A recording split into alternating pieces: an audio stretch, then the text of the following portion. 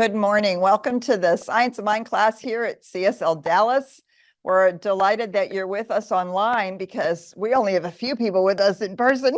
I think people have already started their holidays, either that or they're doing their last minute shopping. But we're happy that you're with us. We're happy that you're with us.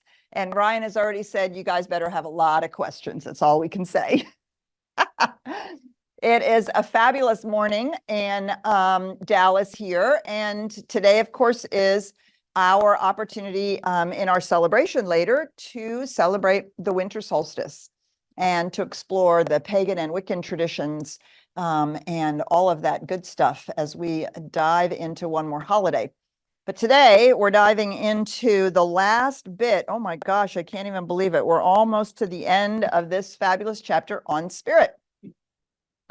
So, yeah. So it's, Ernest Holmes can cram a whole boatload of different ideas into one of these little subheadings.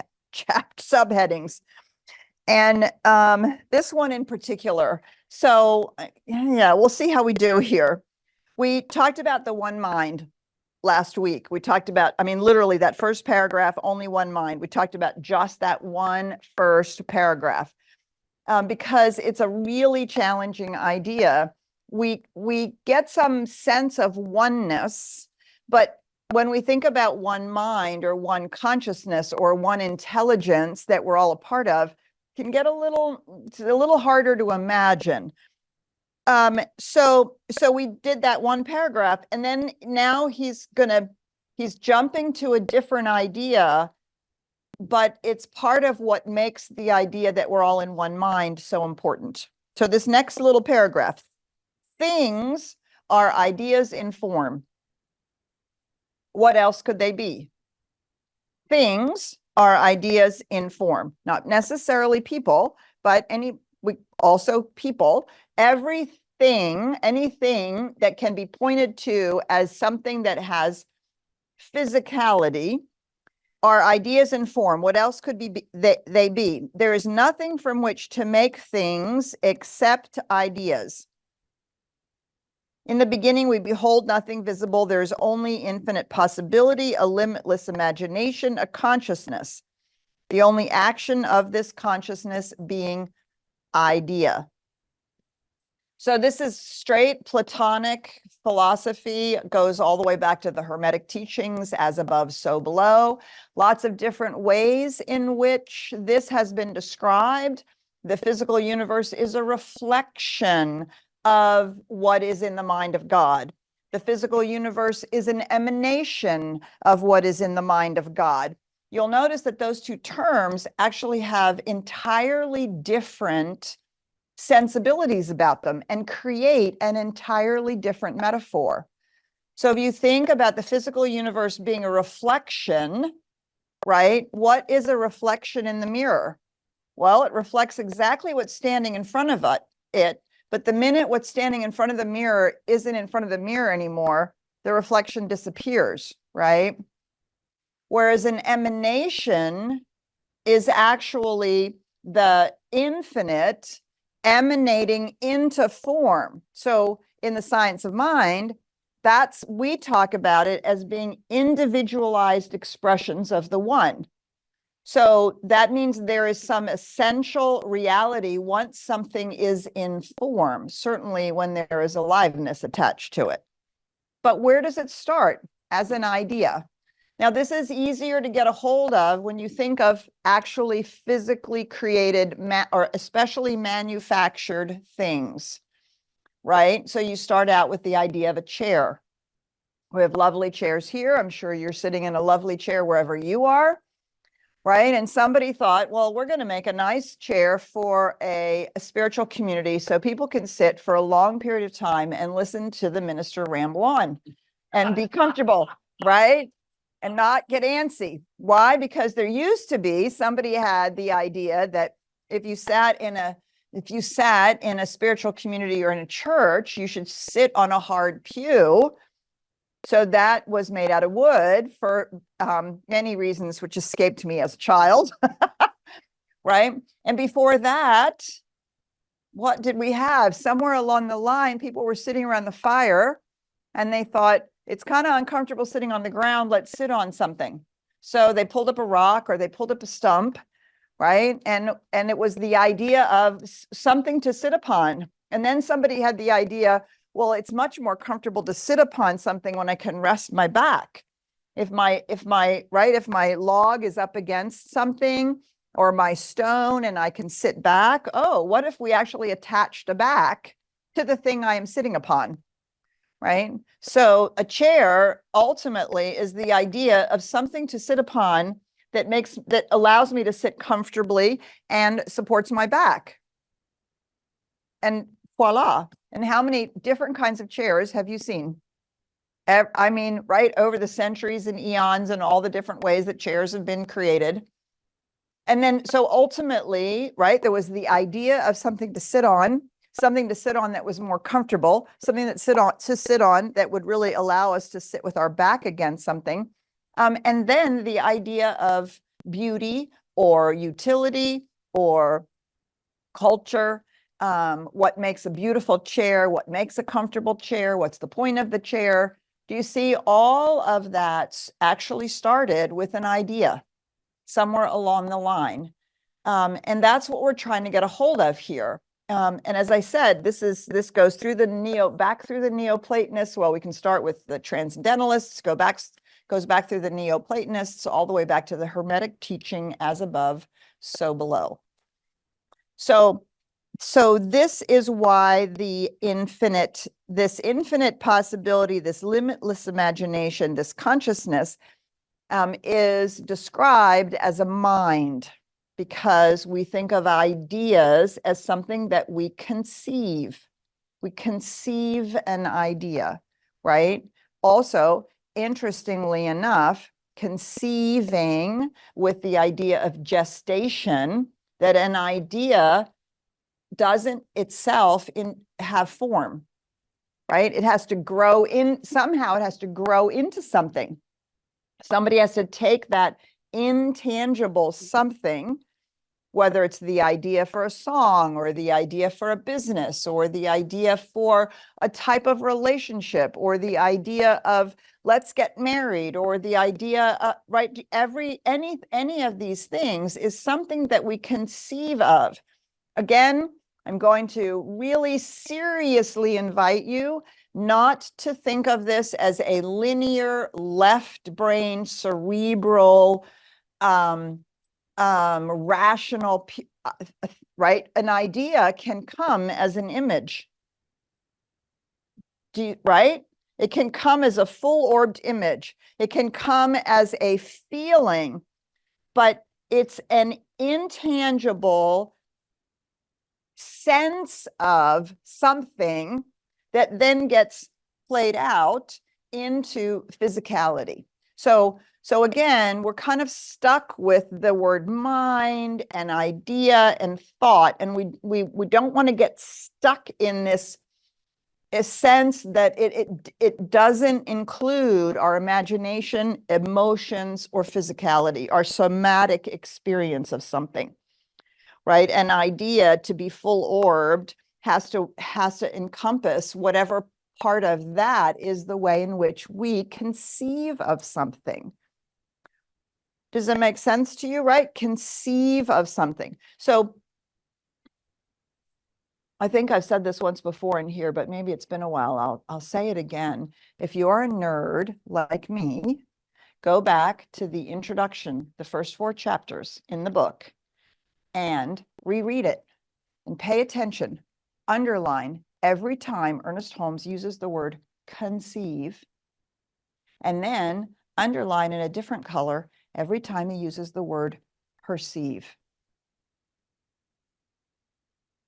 Conceive is the directive aspect of the creative process, spirituality, where something conceives it in the mind, in the consciousness, right? And we said a thought was a movement of consciousness.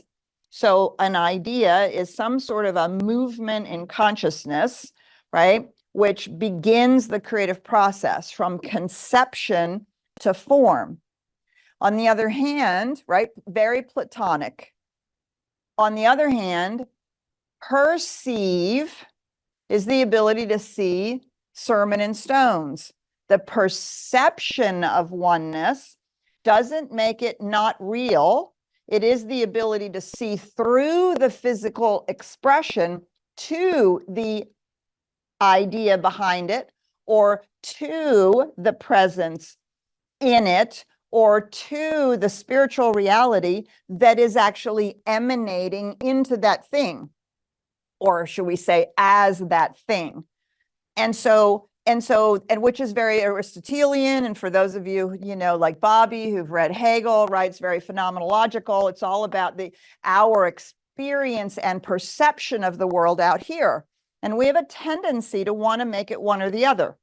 And in the science of mind, of course, everything resolves itself into a paradox, and it's both and. So the creative process is the directive. It starts with the conception of something.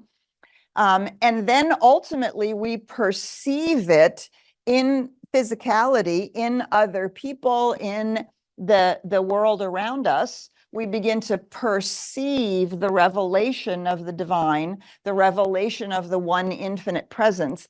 And these two things, right, form the whole. That's the whole, both the conception and the perception of it. We need both of them to be whole, for it to be a wholeness. Okay, so that was my little tangent. I'm going to stop going on that tangent now. I can't see because of my nice little shawl. It's sticking out there.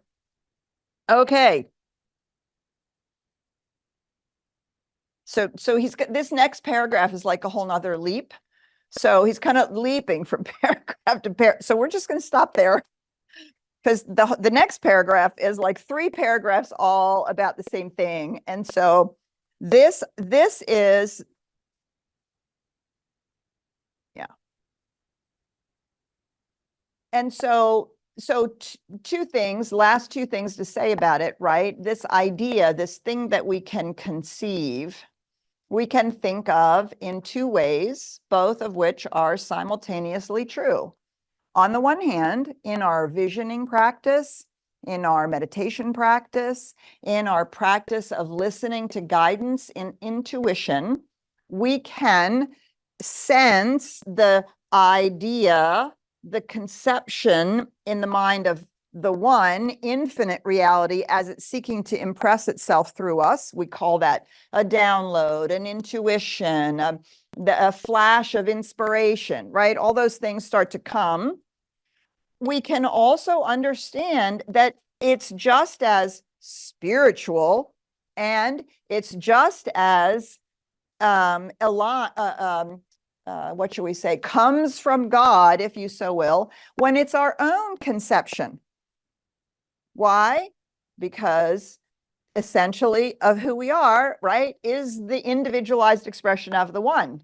So our ideas are as much the one having an idea, conceiving of something.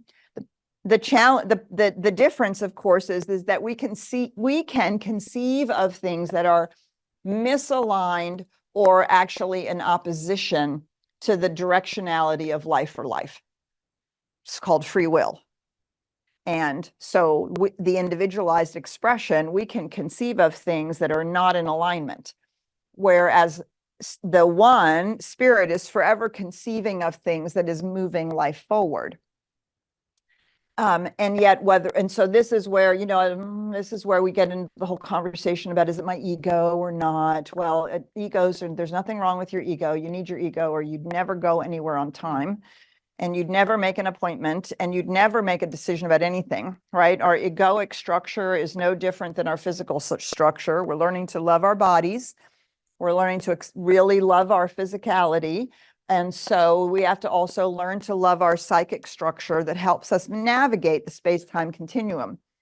The problem is when we have false beliefs and false ideas that our egoic structure is using to conceive of what it is we need or want. Well, I need to be wealthier than you, so I want your money, because that will make me wealthy, right? That's a conception. That's an idea. It's also called stealing. And right? It doesn't work very well and ultimately gets us into all kinds of trouble.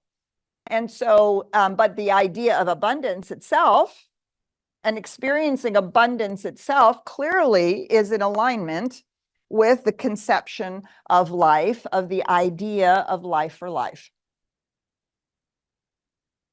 Let's just stop there.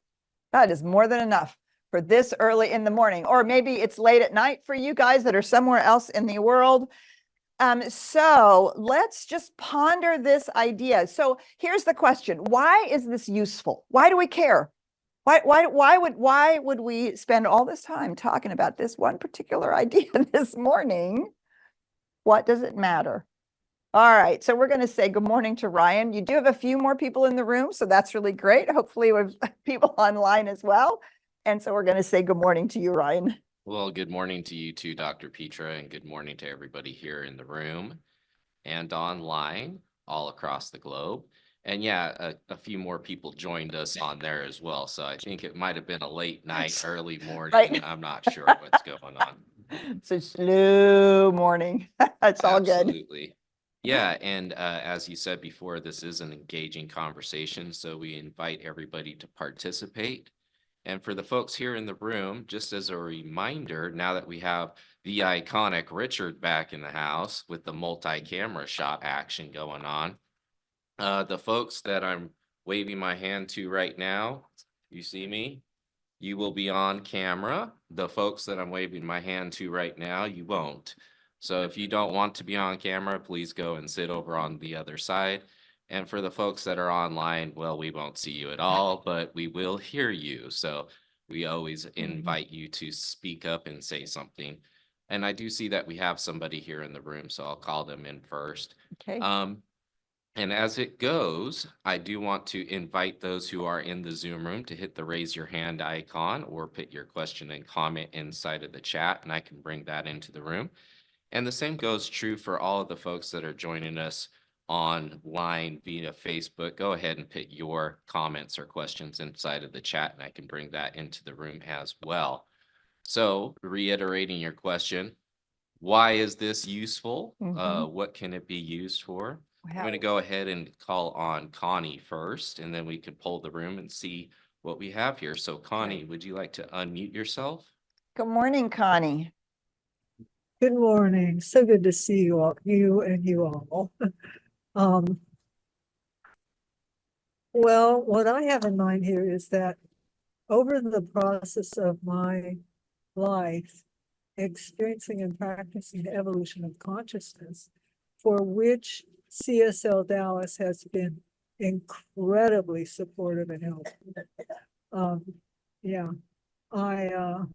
I've been experiencing increase in my intuition and also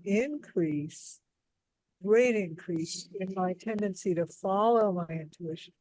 I call it go with the flow. And I don't even have to know. Hey, I made a poem there. Go with the flow, and I don't even have to know a lot of the details. I just go with it. And it's comfortable and it works out. And, beautiful. Oh, I'm so grateful. Lovely. Thank you, Connie. Thank you so much for sharing that. Right. And it's an opportunity to feel that impressive spirit and to just move with it. Thank you so much. All right, Ryan. I do see we got Armando here. And Armando, do you want to go ahead and unmute yourself? Join us. Good morning, Dr. Petra. Good morning, Armando. So I love this topic because I think that this process has been very transformative, not only for myself personally, but for Cardboard Project, my organization.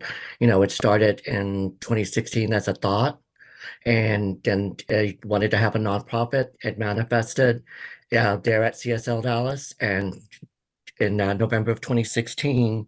And I think that, so there was the thought, and then the idea was to continue moving my energy and continue just step by step moving forward, you know, just continue that part of it.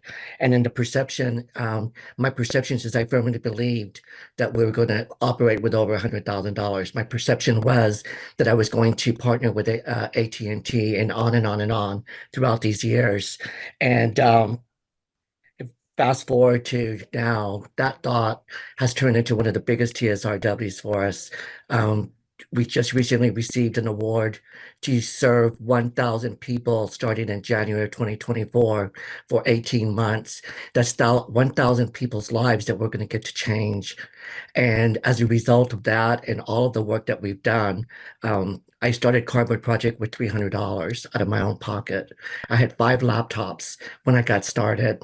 I did not know anyone in the nonprofit sector. Fast forward to today, we are now a multi-million-dollar organization as of by the end of this year. And it wouldn't have been because of all of the processes, everything that I've learned at CSLDallas by visioning, volunteering, Sunday production, on and on. All of that has led to this TSRW, and it takes a village, and it took all the prayer warriors and practitioners, all of that it takes. And there's many times that I didn't know where I was going, but I kept that perception and I kept believing and I kept writing my gratitude in advance as if I already received it. And I had no idea that from that thought, I would be here 7 years later. Yes.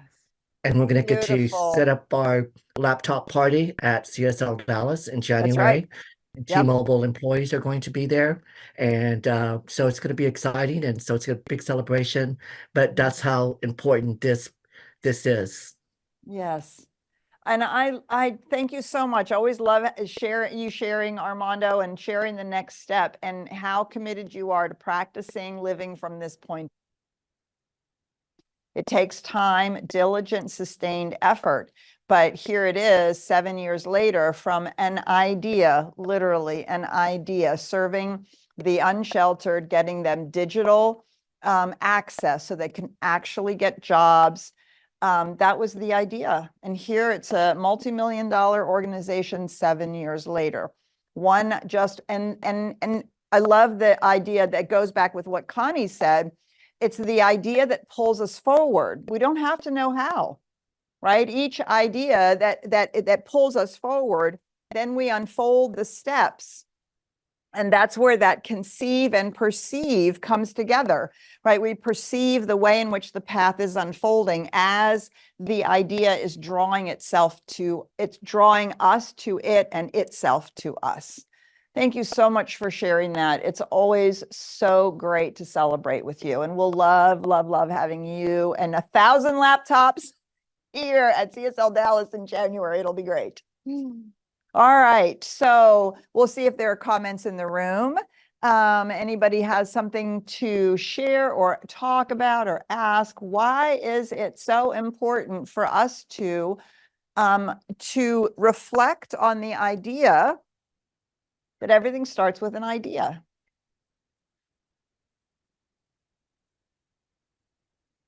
Okay, we have a comment back here in the room. Good morning. My name is Tammy. Good morning, Tammy. Oh, that was very deep. Sorry. That's all good. I think it's extremely important because it really does change lives.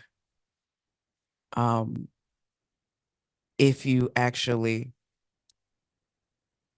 take up that concept, let's say it in that way, if you actually believe, because I didn't always believe that the impulses that I had or the ideas that I had were worthy to be had. Oh, yes.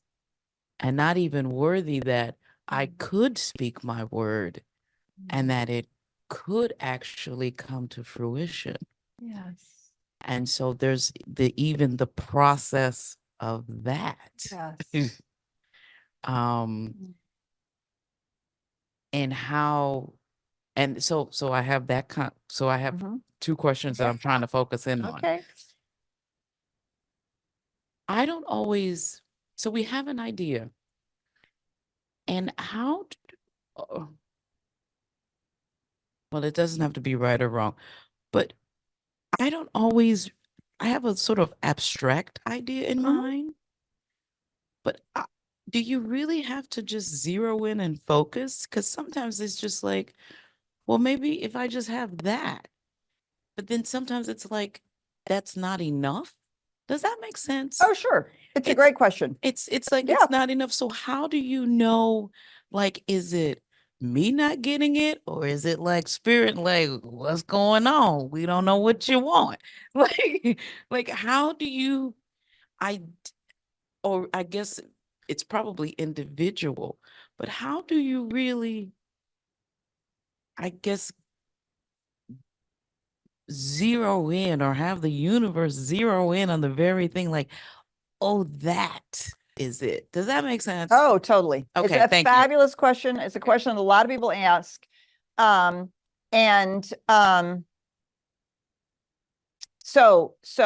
there's no right answer, and it is very individual. And I think it's entirely dependent on how much the form of it matters to you. So when we're specific, like when we want to zero in on it, what we're usually zeroing in on is the form. Sometimes the form matters. I want this particular type of work in this particular type of opera company doing this particular type of singing, period. So I'm not going to respond to a country and western, right? I might get offers, or because I have the idea of singing, but I might get offers that I'm like, that's not my lane. But I could also say, if I were a dancer or if I were an IT person, I could say, not only do I want, to do this kind of work, but I want it to be at this particular company, because the form matters to us. There are lots of things in which the form does not matter. There's lots of things that we could talk about.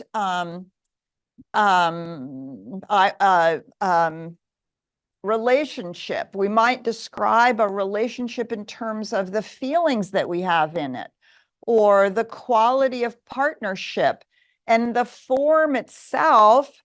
When I first got into science of mind, it was like, make your list, and the list was literally everything, like, good looking, healthy, great body, blah, blah, blah, blah, blah, blah, lots of money. And it was like, okay, does that person really want to be in relationship with me? Probably not, because I'm not that, right? And so so there was and yet there might be things that are very specific around that. Let's say you have a history of having relationships with people who are always in debt because your family always had money problems. You might say one of the specifics that I want in a relationship is a person who is not in debt and understands money. That might be a piece of the form that you're specific about, but there could be a lot of other things that are, I want a healthy relationship. I want somebody who likes to be in partnership. Maybe I want somebody who loves to stay at home. And you see what I'm saying? And so I think it's always kind of an amalgamation of these two things. And ultimately the answer is purely what matters to us. Now, what's confusing to the law is when we say, I want it, I'm not sure I can have it. I want it, I'm not sure I can have it. I want it, I'm not sure I can have it. Okay, that's what's confusing, right? Because we're giving two entirely different pieces of direction. And it's like, okay, and that's when we get it and then we lose it, or we miss it, or we almost get it, right? Because we're actually giving this cross purposes kind of experience. And that can be about any form that we can get fuzzy, but the fuzziness isn't in the specificity per se of the form. The fuzziness really is around our conviction around whether or not this actually, my holding firm to an outcome, whether or not that actually works. And so another way of thinking about the idea, if that becomes too cerebral, is to ask ourselves, what's the outcome I'm going for? And then again, how specific does that outcome have to be in terms of the form? Sometimes I just, I don't know, I want to have a job in which I'm financially supported and I feel like I'm giving my gift, and gosh, it could be in this industry and in that business and in that and in that. Let's just see what happens. But I have a sense of it. Or I have this particular skill and I want this to be what I'm doing. Yeah. Okay. So I hope that's helpful. Okay. All right. Ryan. It helped me and it helped everyone else too, Petra. All right, I have Marjorie. Marjorie, would you like to go ahead and unmute yourself and join us? Good morning, Marjorie. Hello, good morning. Can you hear me okay? Yes, we sure can. Good, thank you. So I put something in the Q&A and I just wanted to, I guess it's just easier for me to read it out loud. Sure. Okay, so why do we care and what does it matter? My response to that inquiry has to do with developing a capacity to love it all. I love my shadow as I love my light. Spirit loves all of life, which includes death. Life is possible because death is inevitable. So the reason to care is because Spirit expresses herself by means of me, or all of us. I am being lived by Spirit.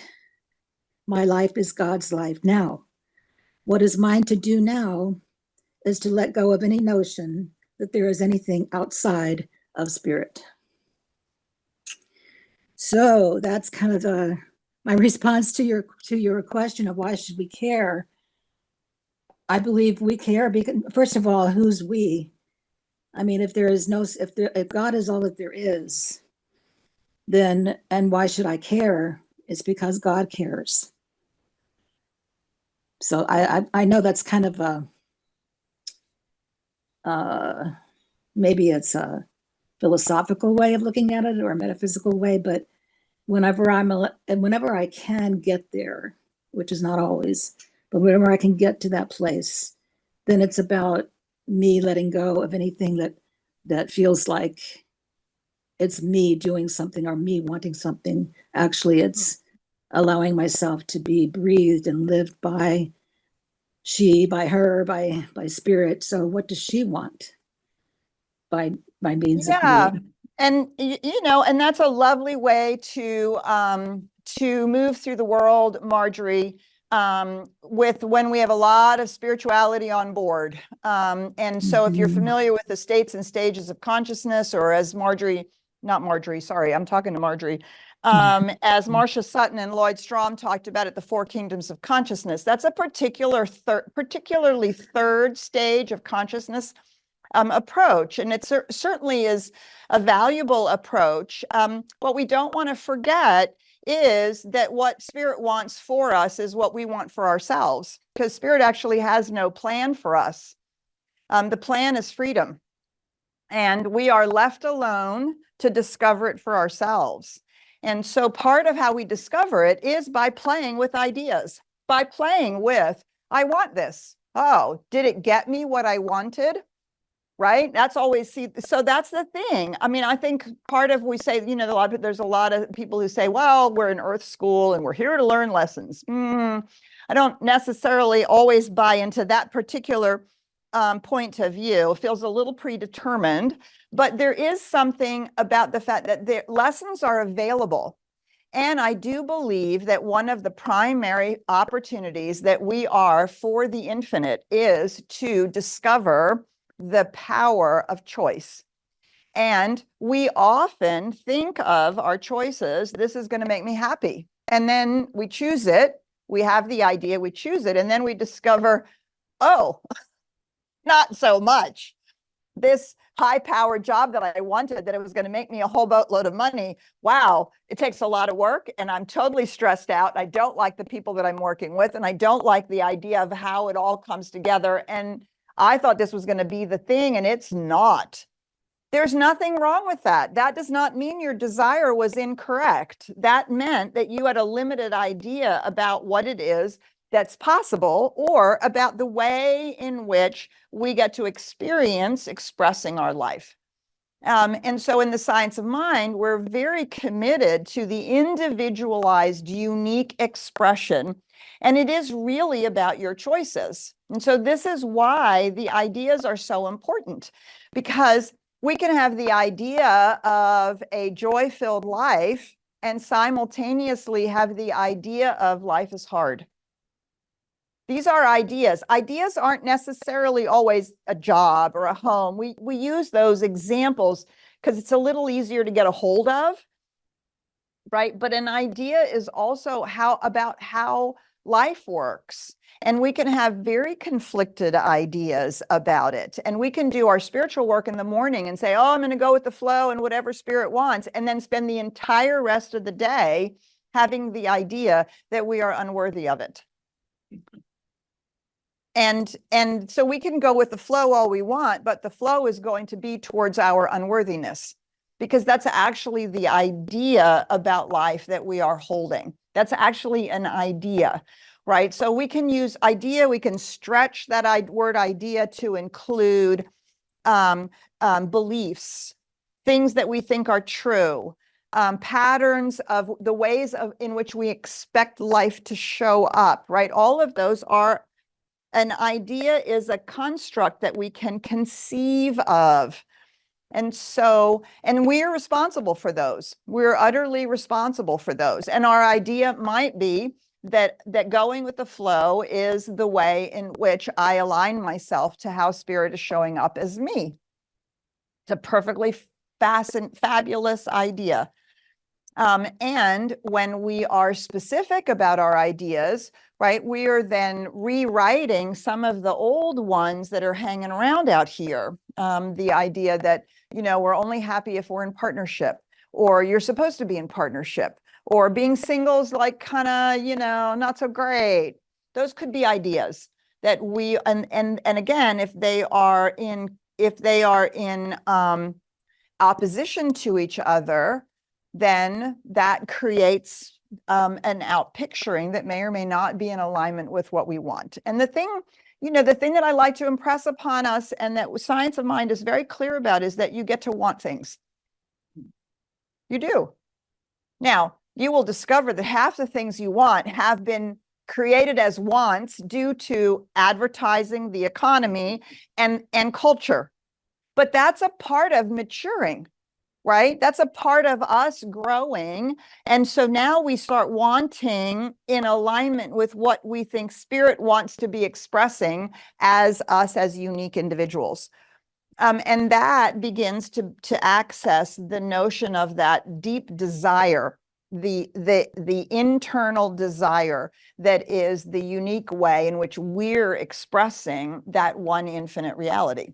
If we weren't uniquely doing that, then we wouldn't be needed, because we would all be expressing exactly the same way, but we don't. And we all have very unique and very personal desires about the kind of life, whether it's extremely unconventional, very spiritual, very family oriented, very much about saving the world, or whatever it is, right? Each one of those is a unique set of expressions that we are. And so that when we use the term desire or want in the science of mind, we're not talking about a superficial want. Oh, I want chocolate, or I want to, bet more money, or I want to look cool, or we're not talking about that. We're talking about that deep internal idea that we have about what is a fulfilling life and what is our contribution to make, because clearly we're not fulfilled until we're making that contribution, right? And so not to be afraid of these things, but to allow ourselves to be educated. And the other thing that I love about it is that, you can want something, have a desire, do our manifestation work, get the idea, manifest it, and then go, oh, well, that wasn't what I wanted. Or, oh, I didn't know it was going to turn out like that. And then we can decide something new. Just because we've manifested it doesn't mean we're stuck with it. The universe is not going to say, well, you wanted it. Can't you be grateful for what you got? Oh, wait, that's your parent. That's what your parent would say, right? but the universe, spirit just is here, here, here. Oh, you don't want it? Here. Oh, you don't want that? Here. What is you just right? It's forever allowing us to be the authors of our own lives. Obviously, in conjunction with this notion that we are the one making itself manifest as us. Beautiful. Thanks, Marjorie. Okay, last comment here. Okay, Hi, this is Ross. Ross. I'm laughing at myself. You know, this has been unfolding and unfolding and unfolding. And you said something about the universe. Let me start over again. This is very confusing for me. I'm trying to Okay. get it out. Yes, all right. Just no worries. No matter what I was thinking, no matter how I've changed, I still thought someone was looking out for me.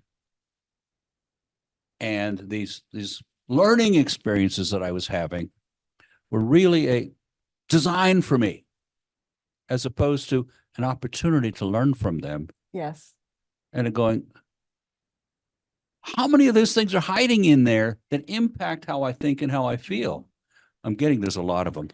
Yes, there are. Absolutely. And stuff happens. There are boulders along the road, there's pebbles, it rains, it's right. And we can let them be exactly what they are. And the useful question is always, what can I take from it? What's here for me to learn from it? Right. And the learning is, if we're in our spiritual point of view, the learning is always, how am I more aligned with truth, as opposed to with some of these false ideas?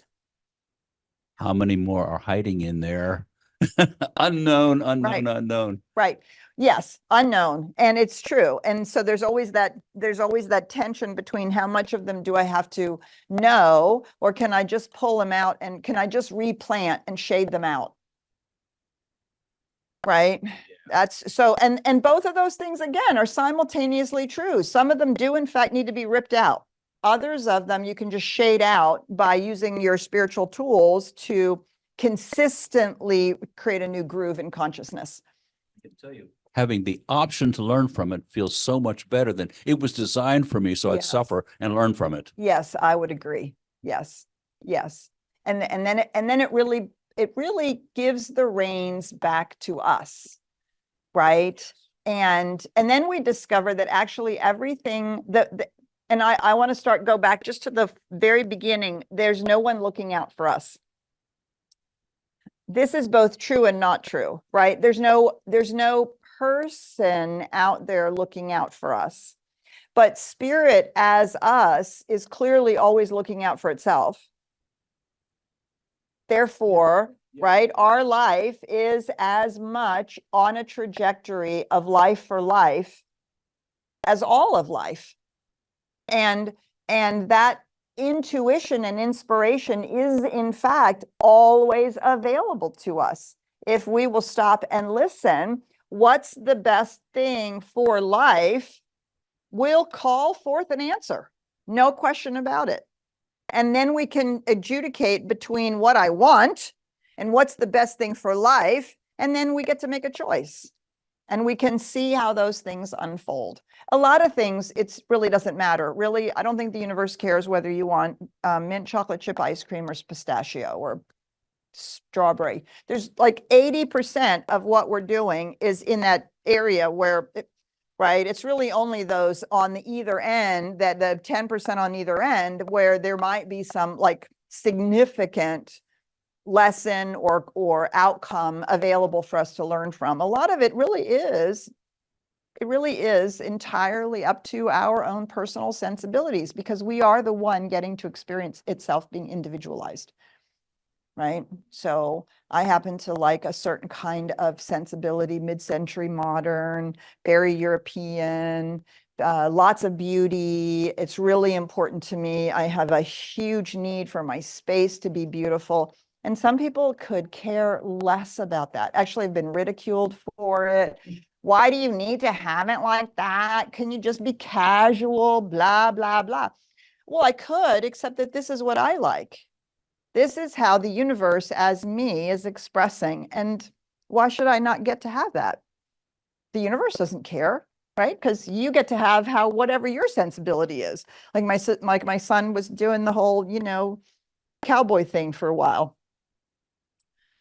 That was his sensibility and he gets to have it. Do you see? So there's a whole boatload of stuff there that doesn't have universal ramifications. It really is our ability to conceive in our own minds what creates a home that is nurturing to us, that expresses us. Do you see? And that's a very individualized and personal thing.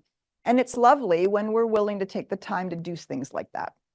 All right, Ryan, I'm coming to you because I know you've given me both the hand up signal and the wrap up signal. I've been giving you all sorts of signals over here, Dr. Petra.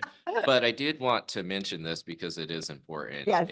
It's your workshop that's going to be Oh, yeah. happening on January 6th, which ties in really great with what we've been talking about today.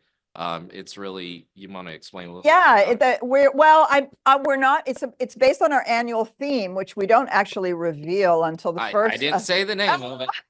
But I bet just it's out said on the there was something website. on I bet January that, 6th. I bet the name's already out on the It website. is, it totally. So the workshop's called Living from the Inside Out. And it really goes a lot back to what both Marjorie and Armando talked about, right? Living from the inside out, living in alignment with not only our deepest sense of what's ours to do, but in alignment with how spirit is expressing as us.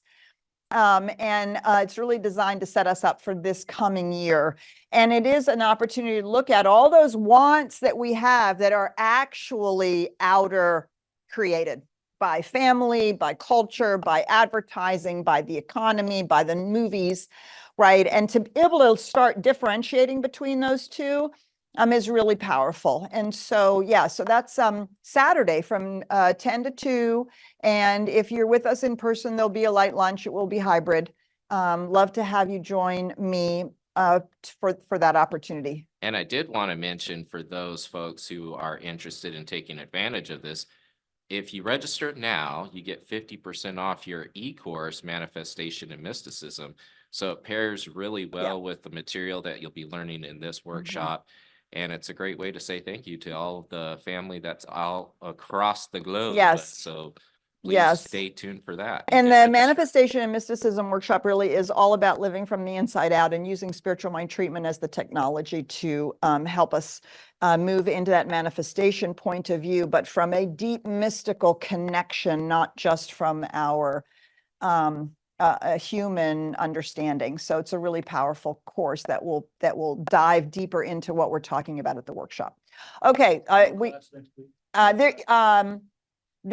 yes, next Sunday, the 24th, no Sunday morning class. Thank you, Ross. No Sunday morning class, no celebration. There'll be a beautiful compilation made by Richard that will be live streaming. And then our celebration is actually in the evening at 6:30 Central Time. It will be live streamed. We have a beautiful ritual available for Christmas Eve, and we'd love to have you join us.